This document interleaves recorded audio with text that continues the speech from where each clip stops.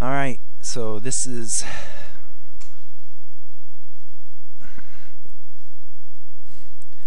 lecture 3, I believe. ECE 615, mixed signal. Today's September 1st, 2010. Are there any questions? Did everybody see the homework that was that's due on Wednesday, a week from today? Everybody, you haven't seen it? Oh, it's on the web. So everybody signed up for the Google group, so when like the 1.4 questions asked, everybody gets that? Alright. Okay, because you don't want to miss out. Alright, so what we're going to talk about today is the sample and hold.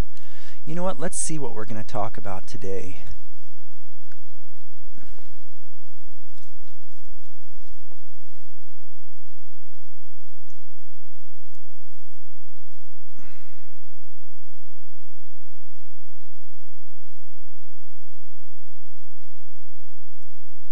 Hey there, Governor. Oh, okay. Let's do this. Click and clean real quick. Oh, the old computer's thinking.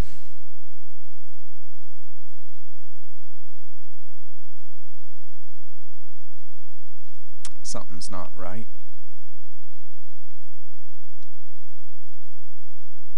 Let's try it again.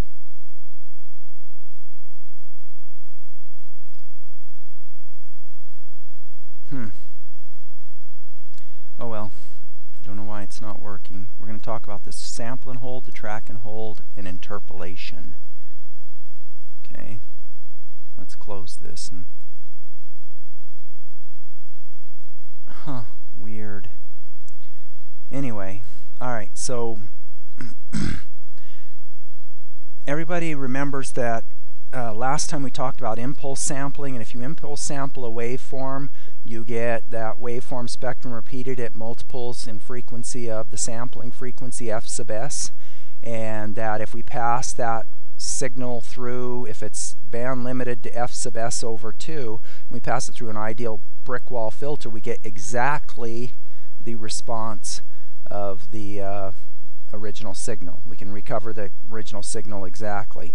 So just as a sanity check for myself, the ideal reconstruction filter has a spectrum which looks like what? You didn't say sync, did you? The reconstruction filter? Yeah, it's a brick wall, right? And then what is the cutoff frequency? Fs over 2. Okay, so now if I take that filter and I look at its impulse response, so this is the reconstruction filter. If I look at the reconstruction filter's impulse response, which means I put an impulse here, what do I get out? Sync. And the sync actually starts before or anticipates when the impulse is going to occur, and so we know in reality we can't make a brick wall filter. Alright, so the sample and hold is seen right here. You put in your waveform and then it samples and holds the value for some amount of time, and so let's write this y of t here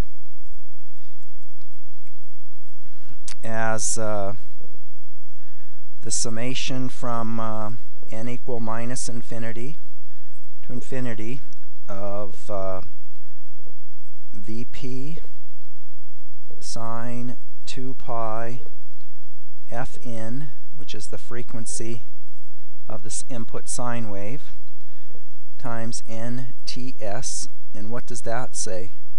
This says that we're taking and looking at the value at discrete instances, right? And that's multiplied by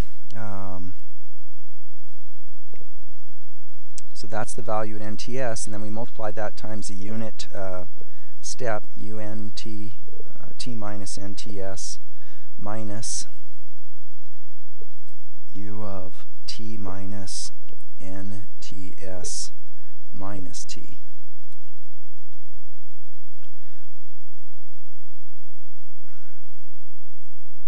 Got an extra set of parentheses in there. And just as a sanity check for myself, okay, what is U of T minus U of T minus NTS if I plot that? What does that look like? Let's do it in 3 steps. Just I want to make sure everybody, because we're going to go through this derivation, and I want to make sure I'm not losing anybody. So what's U of T? It's this. What's U of NTS minus TS? Yep.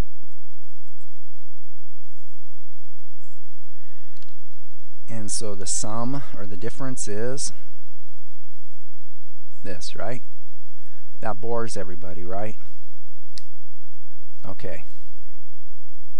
So now I take that, notice it's shifted in time, okay? So that's these waveforms. This, what does this term right here represent in this plot? So what's that? Yeah, it's this square, and then this square, or rectangle, and this one, and this one, and this one. How do I set the amplitudes of those, though? How do I set the amplitude of those differences? Yeah, with the sampled sine wave. Boring, right? Okay. So now I'm going to take this, and I'm going to write it a little bit differently. I'm going to take and use convolution, and so I'm going to take that basic waveform, and I'm going to, because I've already derived what the impulse sampling looks like, I'm going to rewrite this as y of t is equal to summation from n equals minus infinity to infinity of a sampled Vp sine 2 pi Fn times t times del of t minus NTS. So tell me, what does this term give us? Okay, this we did last time, right? This is just an impulse sampled sine wave, right? And so if I were to plot what that gave me, it would give me just my samples like this, right? So forth. That's what this term gives me. And so notice that this, the Dirac delta, or the delta function, is 0 except at instances of NTS. So all these other instances in the middle here are 0. Okay? So now I'm going to take that and I'm going to convolve it with U of t minus U of t minus NT, like this. And so now notice in this figure here, TS was the distance between the sampling instances. That's 1 over TS is the sampling frequency, where T, to keep things more generic, is the width of this pulse. And we'll see the reason we do it this way is we can find that we can reduce the distortion in a sampled signal by reducing T. So ultimately, if we drive T to 0, we get impulse sampling and we introduce no distortion. When T is equal to TS, which is what we use most of the time, then we're going to have a sample, or we're going to introduce distortion. Okay? So as a simple question, and I'll cover this again later, I want to reduce distortion, so I drive T to a value smaller than T sub S. What's the problem with that? So if I move T to a value less than TS, what am I doing? I'm reducing the distortion. I'm moving towards impulse sampling, but what happens to the power in my signal? Yeah, the power drops. So if I'm trying to get good signal to noise ratio, I'm dropping the power in my signal, but I'm getting better distortion performance. So there's a trade-off between distortion and signal to noise ratio. And in digital transmission, they'll often return the signal to 0 so that they get less distortion because they have plenty of signal. Okay, and so again, we'll cover this again later. All right, so this waveform here is this is u of t minus u of t minus nt.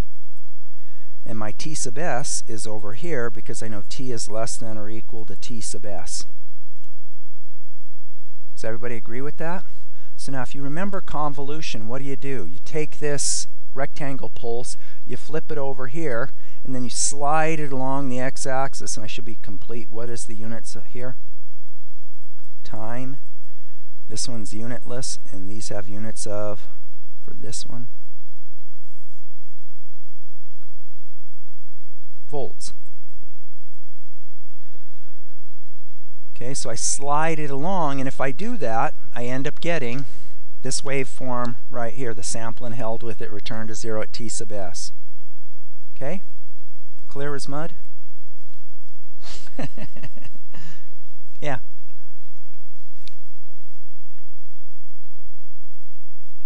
Oh, it is because I put the summation here.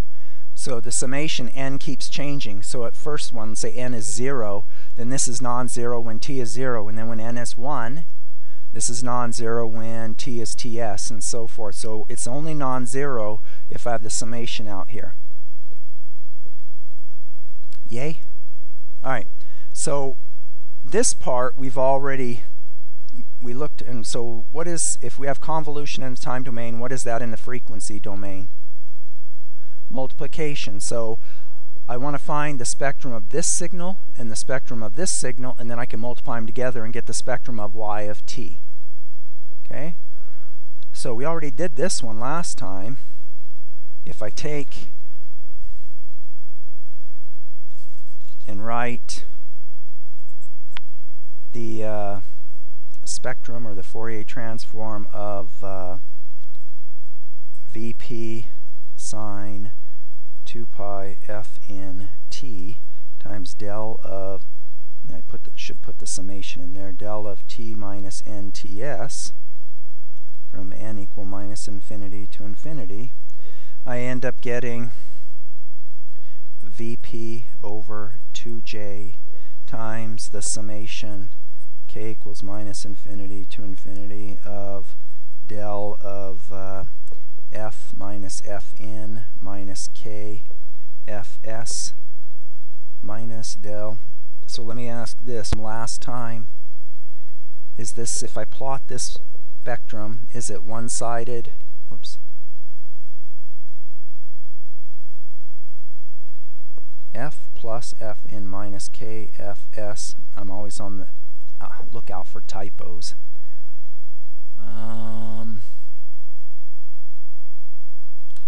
No, that's right, because half the time k will be negative and half the time it'll be positive, and so it flips. On this, it goes from negative to positive, and then where this becomes 0 changes because I've got plus and minus. So let me think about that for a sec.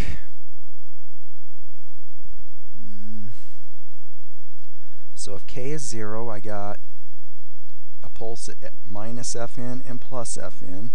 If k goes to 1, oh yeah, so it's just, yeah, that's right, because it's just repeating around f sub s. Okay? Everybody agrees with that? Alright, so now I need to find, this was from last time we did this, so now let's take and rewrite our pulse here, which is 0 to t, and then we're over ts, and it has an amplitude of 1, and let's just be complete, u of t minus u of t minus nt. If I take the Fourier transform and I integrate that from, let's do it to be complete, let's be a little bit different than the book, minus infinity to infinity of u of t minus u of t minus nt, e to the minus j 2 pi f times t, and then what's the integration over? What do I put? D what? dt. So if I look at this, I can rewrite this integral as from 0, where is it non-zero? It's everywhere non-zero except between 0 and t, and then it's just e to the minus j 2 pi ft dt, which is about well, it's a little more complicated than integrating a constant, but about as simple as you can get. And that is 1 over minus j 2 pi f times e to the minus j 2 pi f t evaluated at 0 and t. Is everybody okay with that?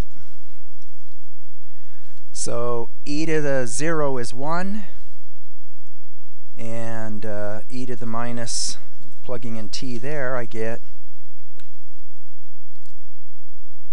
that the Fourier transform of u of t minus u of t minus nt is equal to e to the minus j 2 pi f t minus 1 all over minus j 2 pi f. Looking good?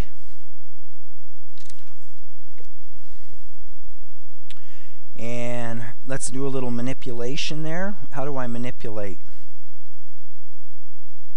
I want to get this in the form of something like a sine or a cosine. What do you think would be easier, getting in sine or cosine and why?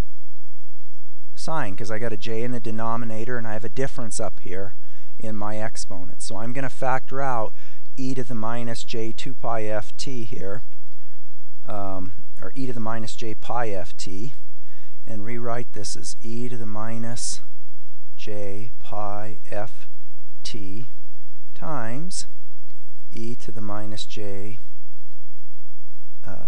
pi ft minus e, or whoops, this is plus, e to the, because I'm going to move the minus sign up here, e to the minus j pi ft all over j 2 pi f. And that's equal to e to the minus j pi ft times what?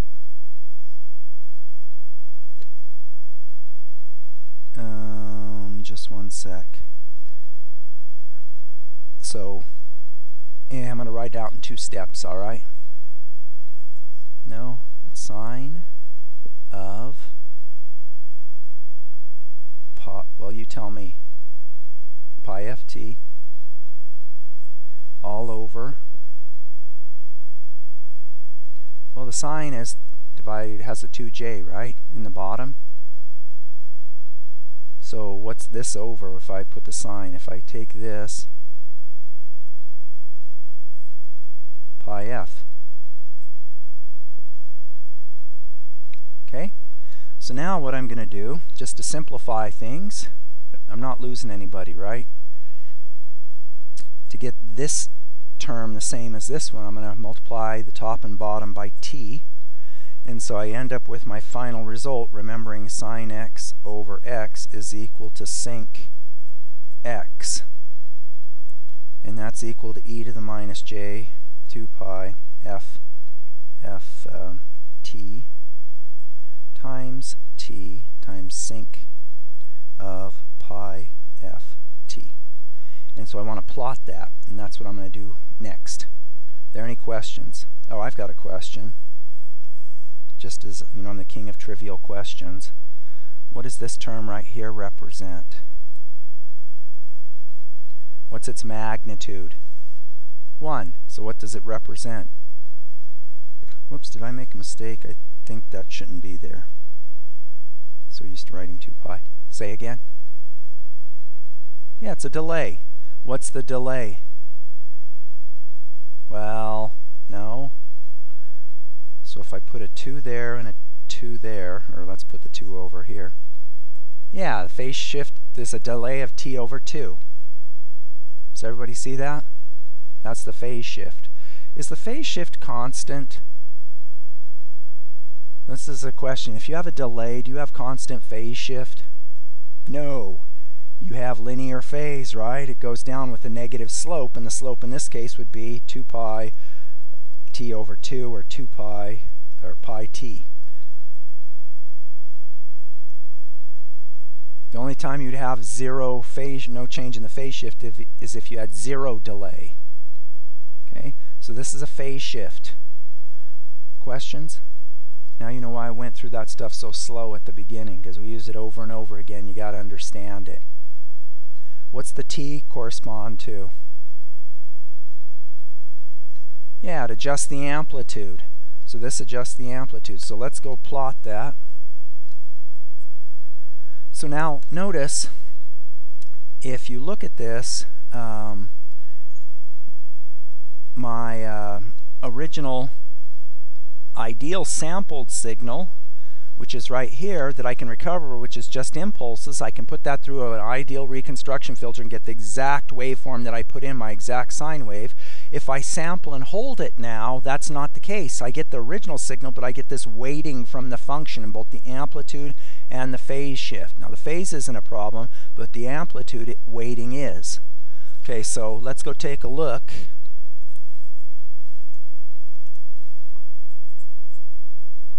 And I look here and I say, okay, there's my pulse.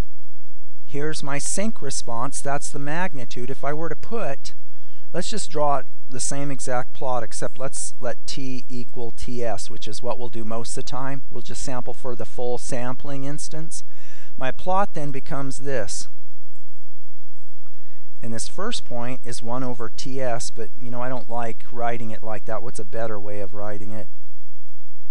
Fs. That's my sampling frequency.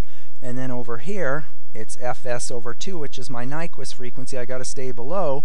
And this is minus 3.9 dB down here. So if I go put a sine wave, if I sample and hold a sine wave right here, and the sine wave had an amplitude of 1 volt, if I'm slightly above this 3.9, my output sine wave is going to have an amplitude of maybe 0.7 volts. So it undergoes distortion. Remember we said for distortionless transmission we have linear phase, linear decreasing phase with the slope equal to 2 pi times Td. In our case, the previous case, this would be T sub s over 2. And we had constant magnitude response over the frequencies of interest. Here we don't have constant magnitude response. Now notice, I'm going to repeat myself. If T starts to become much, much less than T sub s, what happens is I start to push out my response. If I start to push that out, now at this Fs over 2, I don't have as much attenuation. And so that's a trade-off of signal-to-noise ratio, because my power drops in, for distortion. So if I were to ask you, what is the problem with this? What's the main problem with the sample and hold? The answer would be it causes distortion in your waveform. Questions? Okay, so why don't we do a simulation before we go on, just to be complete. Here's plotting what I just plotted without taking the magnitude. This is where T is equal to T sub s. And so you see here, right at Fn, the Nyquist frequency, or Fs over 2, I get this response. You see over here, I get minus 13.5 dB, or if I were to plot the magnitude, this hump, this first side lobe, would be at 0.21. Of course, a negative going signal in this transfer function corresponds to a phase shift. We're not plotting the magnitude. Okay, and this signal is the exact same shape as our low-pass sync filters, the digital filters we talked about. But let's go look at a simulation example. Are there any questions, just to prove it? Well, I got a question. If this is, okay, so here I'm assuming this is my desired spectrum. If I come down here and I say, all right, well, with impulse sampling, I had a filter which looked like this. This is my reconstruction filter, ideal for impulse sampling. What does it look like if I'm using a sample and hold with T equal to T sub s? Yeah, if we put it through here, we'll still see the attenuation, right? So if we want an ideal, we want to get the ideal signal back, we need to put it through a filter which compensates for that, so it goes like this. So it peaks. So at the higher frequencies, we peak the response to compensate for the droop caused by the sample and hold. Does everybody see that? Let's ask one more question. And before we do this, does that make sense? So if you have loss over here, if you pass the signal through this peaking reconstruction filter, it compensates for the loss and you get your original signal back. So you have to design the filter with a peaking response. You might be able to do this digitally too. You can put a digital filter in to peak the response. One more question. In a pipeline data converter, for example, I repetitively sample, hold, sample, hold, sample, hold. Does that mean that every single time I put my signal through a sample and hold, I get this attenuation? Because after 10 sample and holds, I'd be down at almost nothing here, right? So I get my sine wave in, and then I pass it to a sample and hold, and I get something that looks like this. Oops.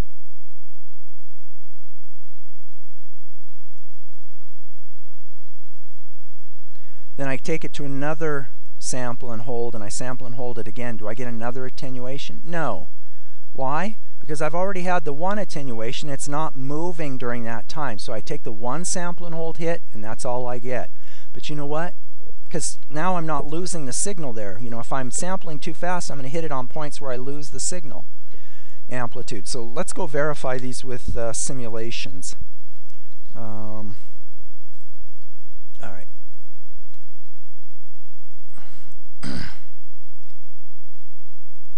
All this stuff's good stuff. Okay, so here's a sample and hold. Let's take a look at this for a moment. Here's my clock pulse. It's running at 100 megahertz. It's a 0 to 1 volt pulse.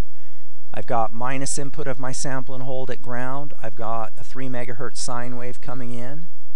I'm going to adjust this in a moment, and I simulate for a long period of time now.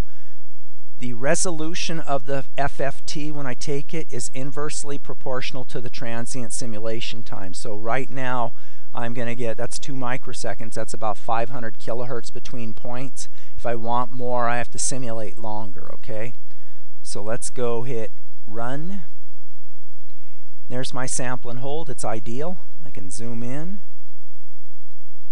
Okay, and see there it's sample and held. These are really good learning tools. Then I go and I'm going to say, okay, go to View, FFT, and press OK. Whoops, let me see. Make waveform windows active, go to View, FFT, and just hit OK. And it takes a second, and now I think I set this up. Go to Plot Settings, Reload Plot Settings.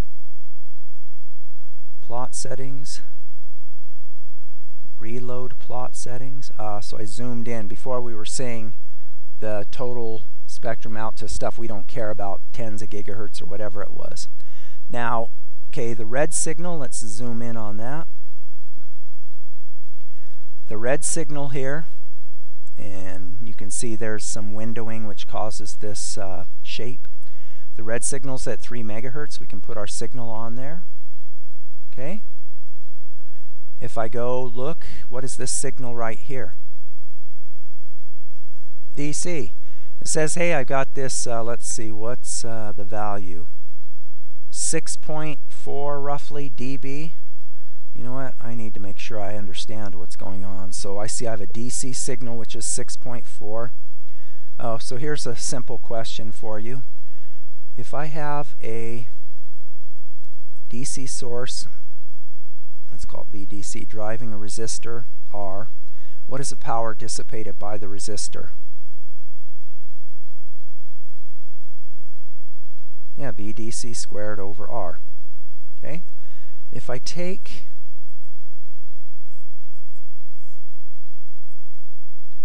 and I have an AC source, and let's just say that AC source has a value, this is RMS, and I ask, okay, how much power is dissipated by the resistor? Yeah, VRMS squared over 2, or over R. So when the RMS value is equal to the DC value, they dissipate the same amount of power, right? So they're the same. So there's no such thing as the RMS value of a DC signal, right? Because it's by default that gives you what you're after in calculating power. So now I go back over here and I ask, all right, this is minus 6.4 at DC. Do I have to multiply by square root of 2 to change it from RMS to DC? No. It's directly DC, while these other values, which are sinusoids, are RMS, and you do, to go back and get the peak amplitude, have to multiply by square root of 2. The DC value, you don't. So let's go. It's minus 6.4. I just want to make sure I know what I'm doing here. So minus 6.4 equals 20 log VDC. That's the DC voltage there. Or VDC is equal to 10 to the minus 6.4 over 20. You're going to calculate it for me? Yeah, calculate it, then I don't have to. Alright, so it'd be 6.4 change sign, divide by 20 equals, and then there's a 10 to the x somewhere on here. Yeah, let's just hit 10 yx. Where's the 10 to the x? Oh, it's right there. You gotta beat me. I'm slow with this calculator.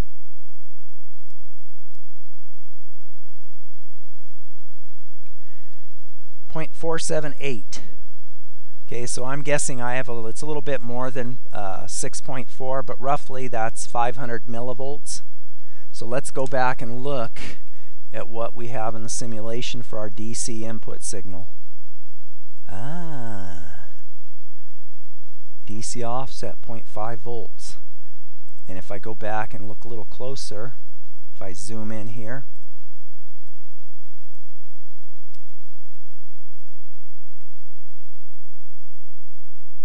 it's about 6 dB, which is exactly 0.5 volts. Okay?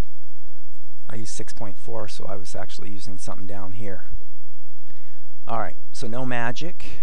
There's our entire spectrum. Let's go to plot settings. Reload plot settings. What are these out here? What frequencies would you say they are with our 3 megahertz input and 100 megahertz sampling? 97 and 103, right? Well, when we talked about impulse sampling, they were at the same exact amplitude. Why is it that here I have a smaller amplitude, and here I even have a smaller amplitude? Because, yeah, the sync response of the sample and hold. If I were to plot this in a log domain plot, I would see that, hey, I'm going to be moving out over here and then up and over where there's nothing. Notice the DC signal, it doesn't alias, right? Because at DC I have that null point at F sub S. My DC signal falls right at F sub S, and so it goes to 0. It doesn't alias up. Well, if I do impulse sampling and I look at this same signal, I don't have the sync response, and that DC signal is going to alias right at F sub S. We saw that last time, I believe. Does everybody follow that? Okay, so you know, we got this. Are there any questions? Because I want to play around with this a little bit. So this should be at 97. This should be at 103. This one should be at 197. And if we went further out, it'd be 203, etc. But I want to play around with this. What can I do to further increase my knowledge? Well, how about I just change the input frequency? Why don't I go and say, well, you know what?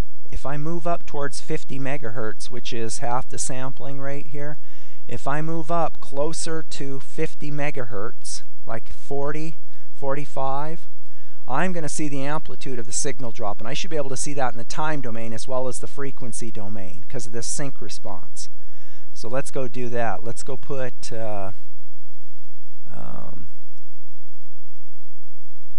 how about yeah, let's put 43.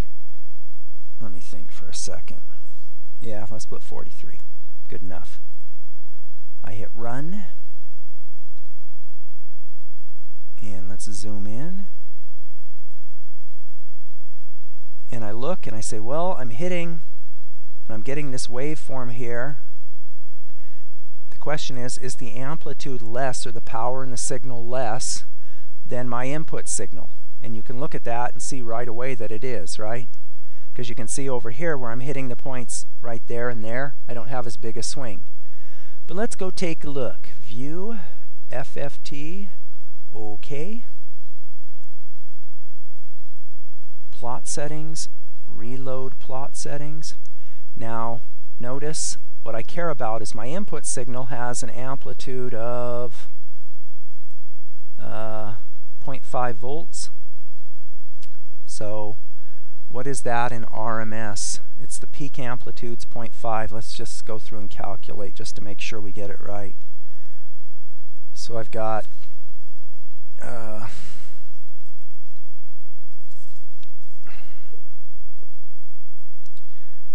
sine wave at around 0.5 volts. The peak amplitude is 0.5, so what's the RMS value? 0.5 times the square root of 2. What value what's that? What? Or yeah, divided by. Thank you. And what should be the value I see when I plot it in LT Spice? What do you think I should see?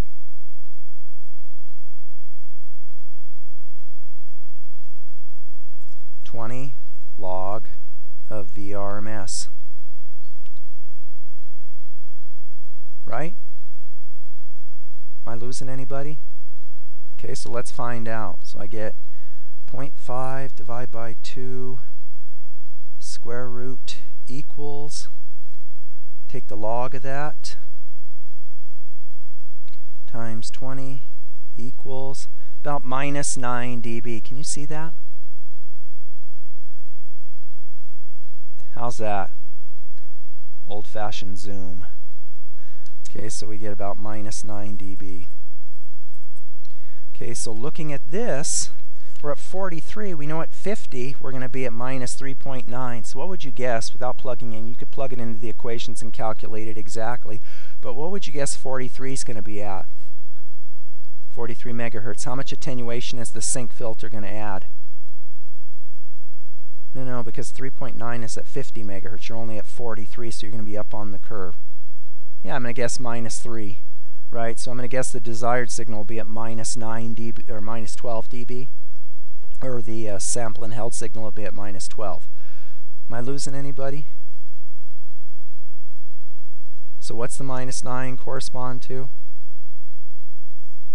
The input signal to the sample and hold. If there's 3 dB attenuation from the sample and hold, what's the output spectrum amplitude going to be? Minus 12. So let's go verify. So let's zoom, zoom, zoom. And there's my input signal, minus 9. There's my output signal, minus 12. And you might say, well, who cares? It's so close. Well, you will care. If you want high quality audio or video transmission, or you want to be able to hear things clearly, 3 dB is a big deal. Okay, you're getting loss of 30% of your signal or something in that range. Okay, so if you put in 1 volt, you'd only get 0.7 out. So those higher frequencies are going to be attenuated more than the lower frequencies, and your music won't sound as good, or your video won't sound as good.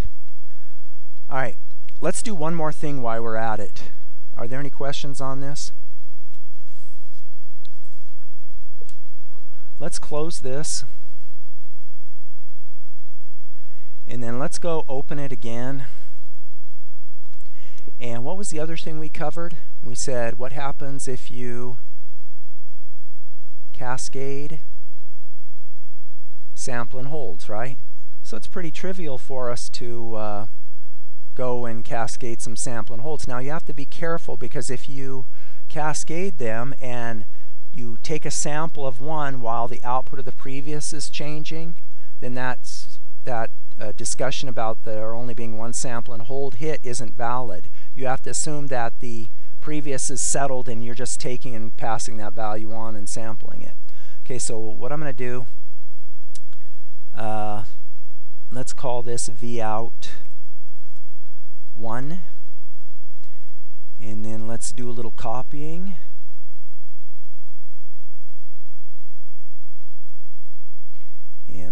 minus sign there. Come on down there, and let's see what we can do. And then let's put a little wire here. And then another little wire here. And then let's go with clock. And V in. And then right click. Okay. I do. I want. Oh no, I want this to be V out 1, don't I? Okay, makes sense. But you know what? I want to see a drastic change, so I'm going to go ahead and throw another one in there since it's easy now.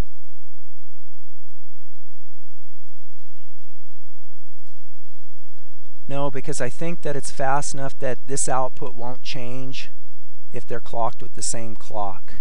But we'll find out. What's that? Well, no, the node's labeled clock. So let's just call that one V out so that the setups still work. Okay, so I've got this output tied to this input, this output tied to this input, and I'm clocking all three with the same clock, and hopefully there's not going to be a race condition and it'll work fine. Okay? Actually, you know what? Let's, well, we don't get a sample and hold hit in magnitude response, but what can you say is going to happen when I compare like the output here and the output here? Yeah, there's going to be a phase shift. There's going to be a delay. Okay, so I hit the run, and there's my V out. And let's zoom in. And then let's plot this one.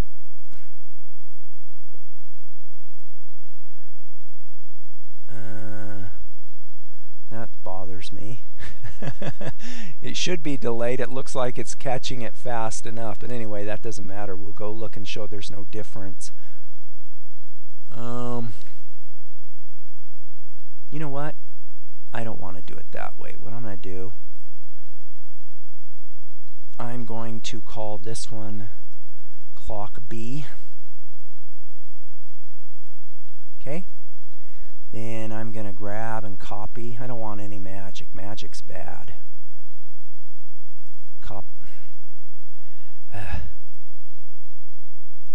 Copy this, relabel clock B. This way I guarantee there's no timing errors and I can see the phase shift.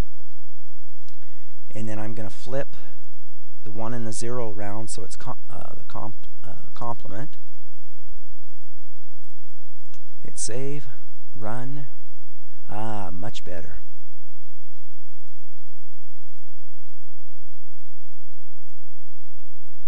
And there you can see the phase shift, but the amplitudes look exactly the same. So now if I go take and look at the spectrum of my output and the spectrum of my input, and you know what, since we already know what this is, let's go ahead and put that back at 43 megahertz, just so we can see the -9 and the 12, because that attenuation through the sample and hold's easier to see there. And so we do view, or whoops, I got to select the right window. View, FFT, OK. Then plot settings, reload plot settings. Whoops. Now, before I go zoom in here, somebody say something profound. We're seeing the sync response, right? There's simulation noise in here, and we're seeing the sync response of the sample and hold. So this first null is going to be at what? Should be at 100 megahertz, but it's going to be off because we've played around. I don't know why that's not at 100 megahertz exactly. And that's at 180. Maybe it has something to do with the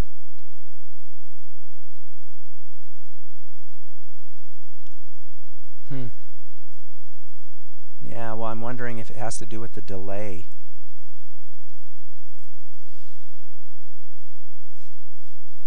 That's weird. 10 megahertz, 43, 10. Oh, no. This isn't the sync response of the sample and hold, it's the sync response of the window that's used to take the FFT. Let me prove it. Before I do that, let's zoom in. Whoops, shoot.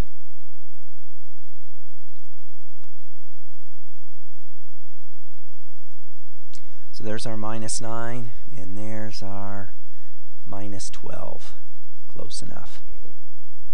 We all agree? Alright, so let's go reload plot settings again, and that's at 90 megahertz. Let's close that. Let's run the simulation again. This will be good anyway. So view FFT, in and out. Let me see if I can. Windowing function none. Okay, so what's that? That's binomial smoothing. That's not the windowing points. That's before. That's in the time domain. Okay, so window function none means it just takes and uses the entire spectrum. So it's basically passing it through from 0 to T sub s with no shaping whatsoever. And I'll try to cover windowing later on. But I can put a window function on here like Hamming. Let's use that and hit OK. And plot settings, reload plot settings. And let's see. Okay, it's totally changed. I can't tell where it is in there, but you can see it changes the characteristics of the data. So I think that's due to the windowing. This thing down here is due to the windowing function. And I'll cover that again later when we go through it. Doesn't matter right now. We just want to see what's happening, not worry about how to take an FFT. Okay, are there any questions on the sample and hold and what it does? Good? Alright, so let's talk about circuit implementations of the sample and hold. Actually, because I've got one more slide here, let's do this first. And so this is just an example. And I should have made this bigger, but oh well, this is figure 2.22. So, yeah, you know what? Let's play around with the settings here. Zoom. Alright. So here's some input spectrum. It's just showing a wide spectrum. Could be noise, could have other things. We just show a constant spectrum. After passing through the ideal anti-aliasing filter, we get a brick wall response with a magnitude of 1. And we remove all the spectrum above f sub s over 2. We go through the sample and hold. In the sample and hold, we now get this droop in the waveform due to the sample and hold process.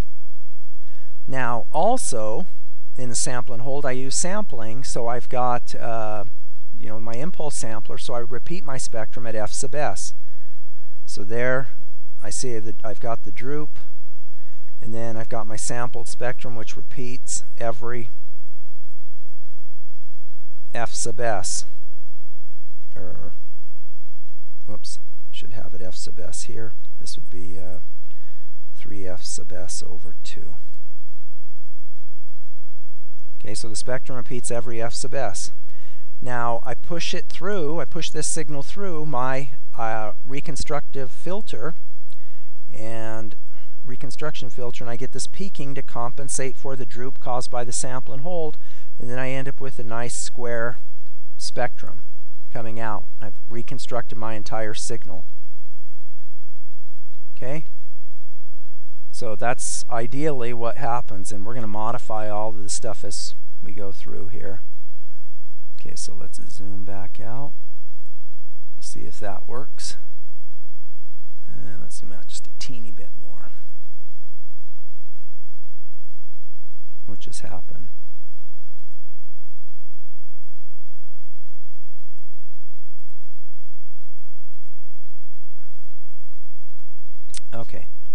So let's talk about the circuit implementations of the sample and hold. Are there any questions first?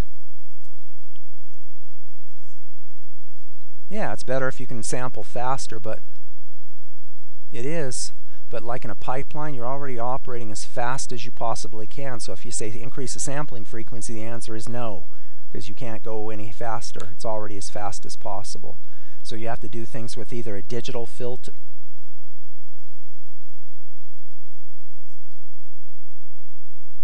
Well, but remember, your ideal sampling, your ideal reconstruction filter looks like this. And so you remove all the spectrum above f sub s over 2 and all the other alias and noise and all that. It's an analog filter. What's that? Yeah, you want it inside. You want the peaking inside because that's amplifying your desired signal at these high frequencies, yeah. Okay, so before we go into the circuit concerns, and next time, which would be Wednesday because Monday's a holiday, I'm going to hit the circuit sample and holds really hard. So if you want to get a head start on that, I'm going to cover correlated double sampling and what that is and the operation of the sample and holds. All right. And I was just looking at the, I'm always looking at homework problems, and I was looking at one of the single-ended to differential sample and holds later in the chapter, and it's this one on page, and I wrote myself a note, page 65, and this one does single-ended to differential conversion, but it doesn't use correlated double sampling. Well, in the 3rd edition of the CMOS book I also have one, and it does a single-ended to differential, and it does use correlated double sampling. So I'm going to give a homework problem that says how do you modify this circuit so that it uses correlated double sampling. Okay, but you'll get that next week. Okay, so before we go too much further, let me ask you this. So if I've got a MOSFET switch, let's just draw it like this to keep it simple, and I shut the switch off, I go from VDD down to ground. When I'm at VDD, I've got all this charge underneath the gate oxide, right? When I go to ground, that charge squirts out the 2 terminals. Okay? That's called charge injection.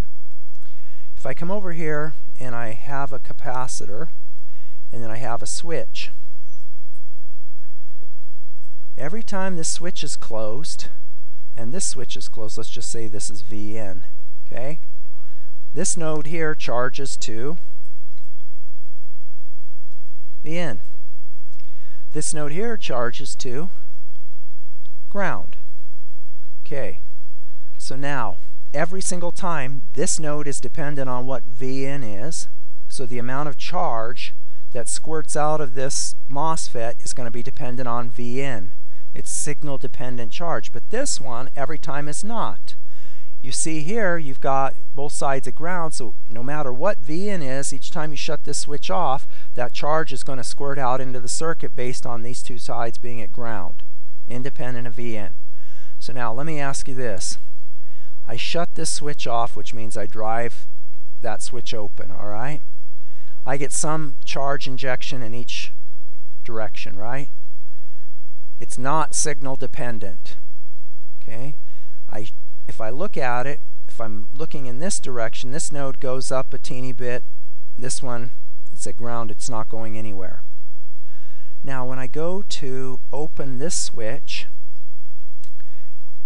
and I try to squirt charge into the capacitor, notice this is an open. The charge from this isn't going to want to squirt in this direction, isn't going to want to adjust VN because it's a high impedance. There's no path for the charge to go because I've opened this switch first. Okay? All that ideal charge is then going to go into my input source and not affect the value of VN that I've sampled. And this is called bottom plate sampling. And I want to go through that in the circuit now. Okay? This is a little bit confusing because I'm shutting off the bottom plate of the capacitor first, right? When we do our circuits, though, we put, if we use a poly-poly capacitor, this plate here is poly 1 and this is poly 2 for reasons I'll explain in a moment. Okay, so it gets confusing because we're shutting off the bottom plate if I draw the schematic like this, but it's actually this poly 1 plate here that's shut off last. Okay, so let's look at that. So let's take a practical circuit.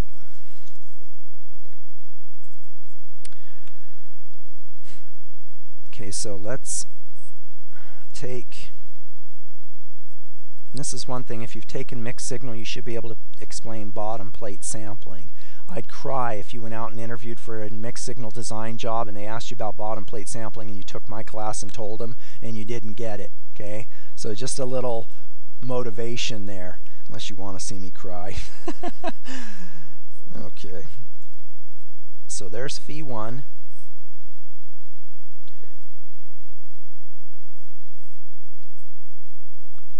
There's phi 3, and this is my output.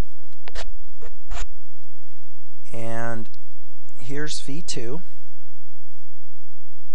Phi 2 shuts off a little, oops, so this is phi 2. And then phi 3 is this one. It turns on a little bit later. Okay, so let's go.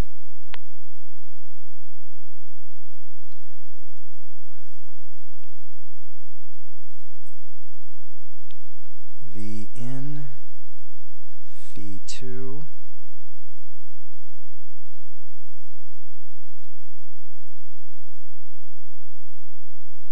phi 3.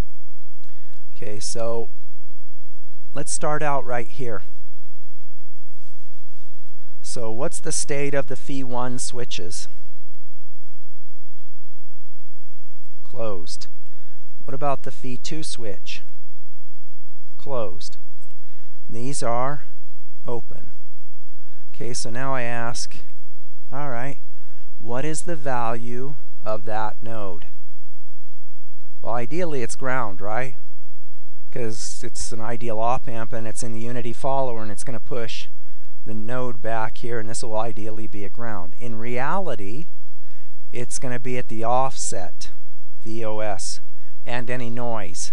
So this is the first part of correlated double sample, is we're sampling the noise in the offset. Okay? And it's being stored on this plus noise. Okay? Any questions? How do I model offset in the op-amp?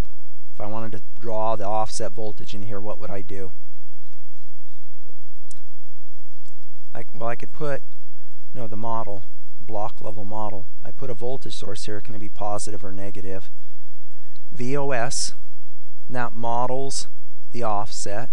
And then this node is what's actually connected to ground, and it's a VOS above the ground. And so that's, if this is an offset free op-amp, that's why this one goes to VOS. So this terminal and this terminal are the same. If I've got my VOS here, this is at VOS. If it's an ideal high gain op-amp, this terminal goes to VOS. Is everybody clear on that? We go through this in advanced analog and analog. Okay, so now what is the value? So this is at VOS plus the op-amp's noise. What is the value of that terminal there? Vn. Now, this is the bottom plate of the capacitor. So if I have a poly 2 and then a poly 1 capacitor, this is the bottom plate. It's the one closest to the substrate. That means if this is my substrate, this connection here, it's sitting on top of the substrate. If there's noise, it can feed into that poly 1. Does everybody see that? So if I draw that capacitive coupling, because this is my field aux here, if I draw that capacitive coupling and I've got noise, it feeds right into this node, which then goes to the low impedance Vn. If I flip the two plates and I put the poly 1 bottom plate close to the op-amp, well, that's bad because I'm feeding noise directly into the op-amp input. So this is a classic question. Why do you put the poly 1 plate away from, or the plate closest to the substrate away from the op-amp? So everybody follow that. Okay, so now I turn Phi1 off. Phi1's this switch here. Every single time I shut Phi1 off, independent of Vin, I'm going to have this node at approximately ground, offset, and this node at approximately ground, the offset, independent of Vin, and I'm going to squirt a charge in here, which is independent of the input signal. Why is that important? Because if my charge starts to become dependent on the input signal, then I get this term which causes distortion and ruins my circuit. If I have just an offset because of this charge injection, well, that's kind of trivial to remove. I can use a fully differential topology, go to my next stage. When I subtract the two outputs, that common offset goes away. But if I've got a nonlinear charge injection due to the input signal, because the amount of charge that this switch squirts into the circuit changes based on Vn, then if I've got a large input signal at this frequency, I'm going to get different results than if I have a small input signal at a lower frequency. Okay? So this I want to shut off first. So part of bottom plate sampling is ensuring these two nodes, I'm turn off the switch where I've got known node voltages each time. Now, when I go and shut the Phi2 switch off, this is the Phi2 switch. When I shut it off, Phi3 is off. It's non-overlapping. I look back here, that's an eyeball. And I look back here and I see, hey, I got the high input impedance looking into the op-amp, high Z, and then I got the high input impedance looking into the switch. My charge from this switch shutting off then sees this low input voltage, and it all goes to the input voltage, leaving the voltage here at Vn. Does everybody follow that? And that's bottom plate sampling. Okay, so correlated double sampling. So, and I'm going to cover this next time. I'm not going to go into this in any more detail right now. But correlated double sampling means I'm double sampling. I'm sampling the input signal, and I'm sampling the noise. And offset's just noise at DC. Okay? Then the correlation is, we'll find out next time, when I turn Phi3 on and close Phi3 here, or drive Phi3 high and turn this switch on and turn this switch on, I put the op-amp in the follower. Well, this noise and voltage here is subtracted from my input signal so that the output remains ideally noise and offset free. Of course, high frequency noise will still be present, but the low frequency noise and the offset will get attenuated. Okay, so you could say that that correlated double sampling, CDS, is an auto zero. So how am I auto zeroing the op-amp? Put it in the follower configuration, store the offset right here, followed by a sample and hold. Once I turn the switch on, I put the op-amp in the sample and hold configuration.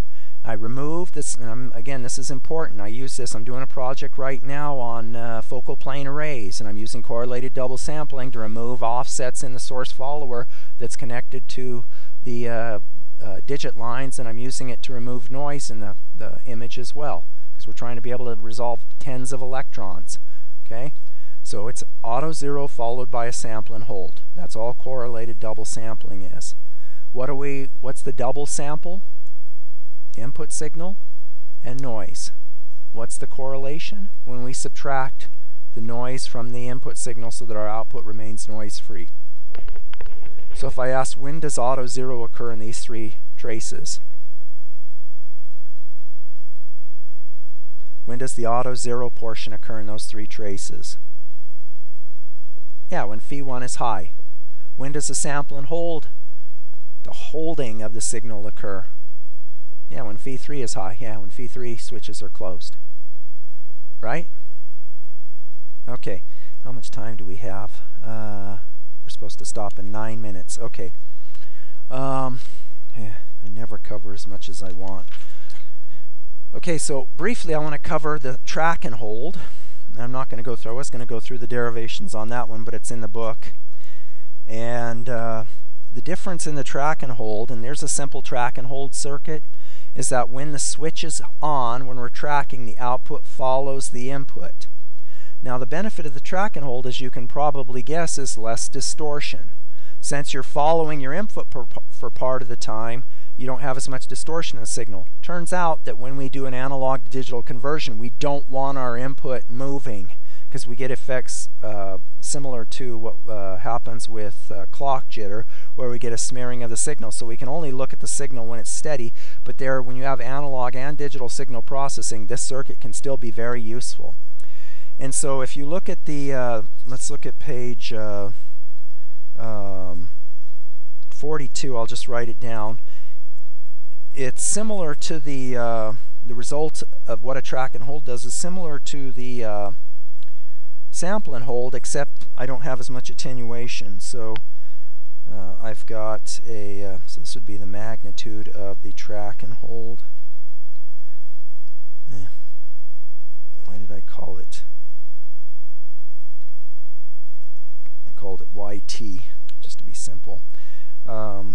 We have now T sub s minus T times sync of KFS T sub s minus T times the impulse sampler response. So this would be equation. I'm not going to write it out. 2.24 times the impulse sampler response. Okay, so I want to pause for, whoops, T sub s minus T.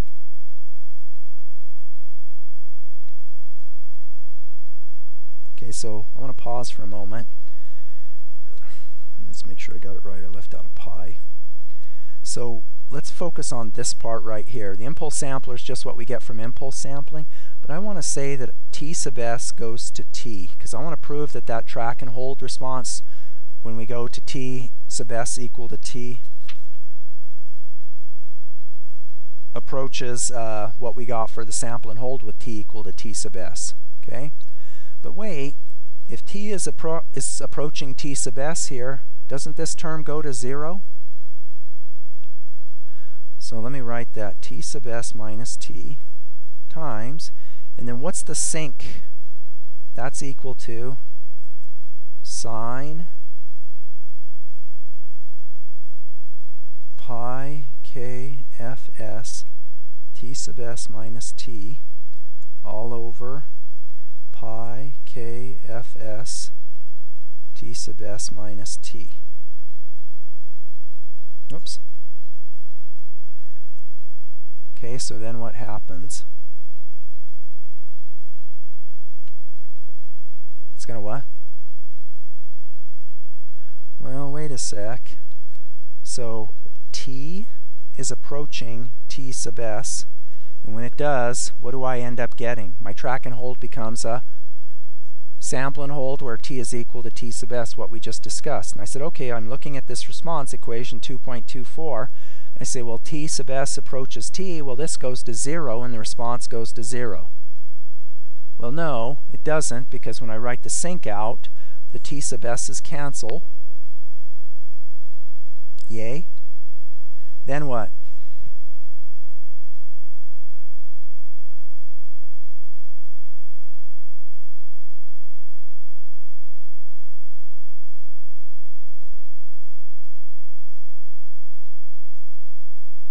Okay, so I get sine of 0, and I get this term, so something's not right.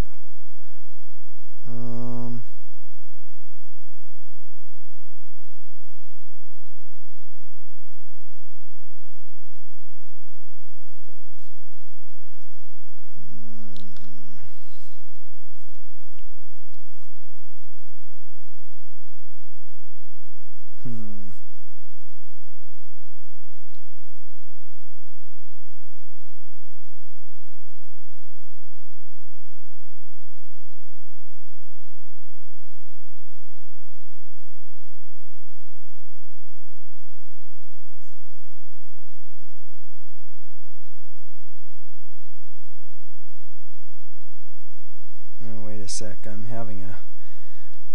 thought I was going somewhere, now I'm not sure I am. So So I know this is right because I went over it 3,000 times. It's just each time I do it's about a year apart. Alright, so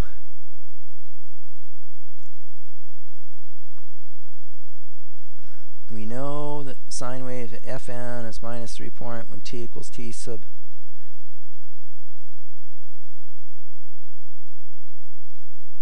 okay, using the track and hold with t equal to t sub s over 2, which sees at nearly Fn where k equals 0 frequencies from DC to Fs over 2 is that. Why did I use F sub s over 2?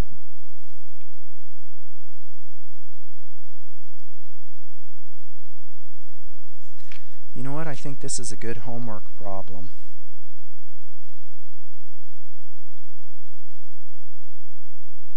So if t equals t sub s over 2,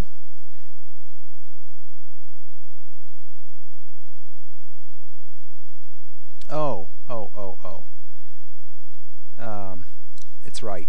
So I forgot. Up here, if you look, it says if we focus on the track portion, and we're trying to find the spectrum of the track portion because we already know what the spectrum is of the held portion. So we know what the spectrum is in this area here, right? What we want to do is add it so we can use superposition, and we add it. We know what the spectrum is of this signal. We just derived that. And so that's why I didn't put TH here. Remember I was saying, why didn't I put TH? Because it's only the portion in between here. That's the hold or the track portion. So what happens if t equals t sub s? Yeah, then there is no track portion and it adds. All right. Okay, so that makes sense. All right. We're not going to get to interpolation today, so why don't we why